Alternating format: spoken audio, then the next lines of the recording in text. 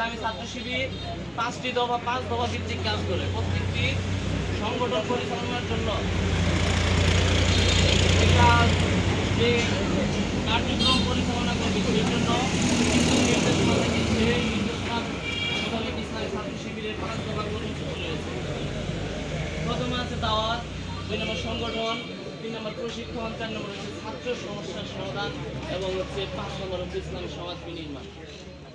দাওয়াত, তরুণ ছাত্র সমাজের মাঝে যেহেতু একটি ছাত্র সংগঠন, সেজন্য তরুণ ছাত্র সমাজের মাঝে ইসলামের আহ্বান পৌঁছিয়ে দিয়ে তাদের মাঝে ইসলামী জ্ঞান অর্জন করিয়ে এই ছাত্র সমাজকে একজন আদর্শ নৈতিক চরিত্রবান হিসেবে গড়ে তোলার জন্য ইসলামী ছাত্র শিবির কাজ করে।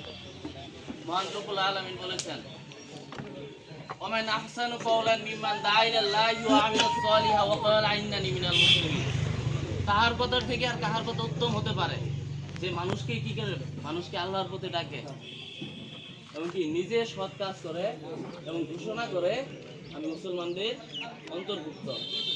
এখানে কি মানুষকে দাআ ইলাল্লাহর সুরে আমাদেরকে এই দ্বীনি ময়দানের দিকে, ইসলামী আন্দোলনের দিকে আমাদেরকে ঢাকার জন্য ইসলামী ছাত্র শিবির এই তরুণ ছাত্র সমাজের মাঝে এই ইসলামের জ্ঞান অর্জন করার জন্য কাজ করে যাচ্ছে। তারপরে দ্বিতীয় দফা হচ্ছে সংগঠন। যে সকল ছাত্র সমাজের ভাইয়েরা এই দাওয়াত পাওয়ার পর, এই ইসলামী আন্দোলনের দাওয়াত পাওয়ার পর ইসলামী আন্দোলনকে কবুল করার জন্য কাজ করে যাই, তাদেরকে আমরা এই সংগঠনের সাথে সংঘবদ্ধ করি। মহান রব্বুল আলামিন সূরা আলে ইমরানে বলেছেন, ওয়াতাসিমু বিহাবলিল্লাহি জামিয়া ওয়া আলা তাফাররাকু। তোমরা আল্লাহর রজ্জুকে সুদৃঢ়ভাবে আঁকড়ে ধরো, এমনকি তোমাকে পরস্পর কখনো বিচ্ছিন্ন হয় না।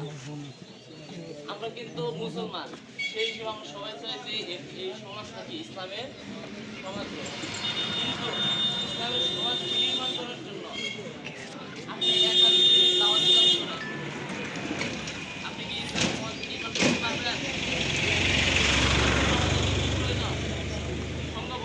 এই সংগঠনের সাথে সম্পৃক্ত হয় সে সকল ছাত্র সমাজের ভাইদেরকে আদর্শ এবং সৎ, দক্ষ এবং যোগ্য দেশপ্রেমিক নাগরিক তৈরি করার জন্য, যাতে জাহেলিয়াতের সমস্ত চ্যালেঞ্জের মোকাবেলায় একজন যোগ্যতা সম্পন্ন কর্মী হিসাবে গড়ে ওঠে। সেজন্য বাংলাদেশ ইসলামী ছাত্র শিবির তার কর্মীদেরকে বিভিন্ন প্রকারের বই পড়িয়ে বিভিন্নভাবে তাদেরকে যোগ্য ইসলামী আন্দোলনের কর্মী হিসাবে যোগ্য করে তোলার জন্য ইসলামী ছাত্র শিবির সর্বোপরি কাজ করে যাচ্ছে। সম্মানিত উপস্থিতি।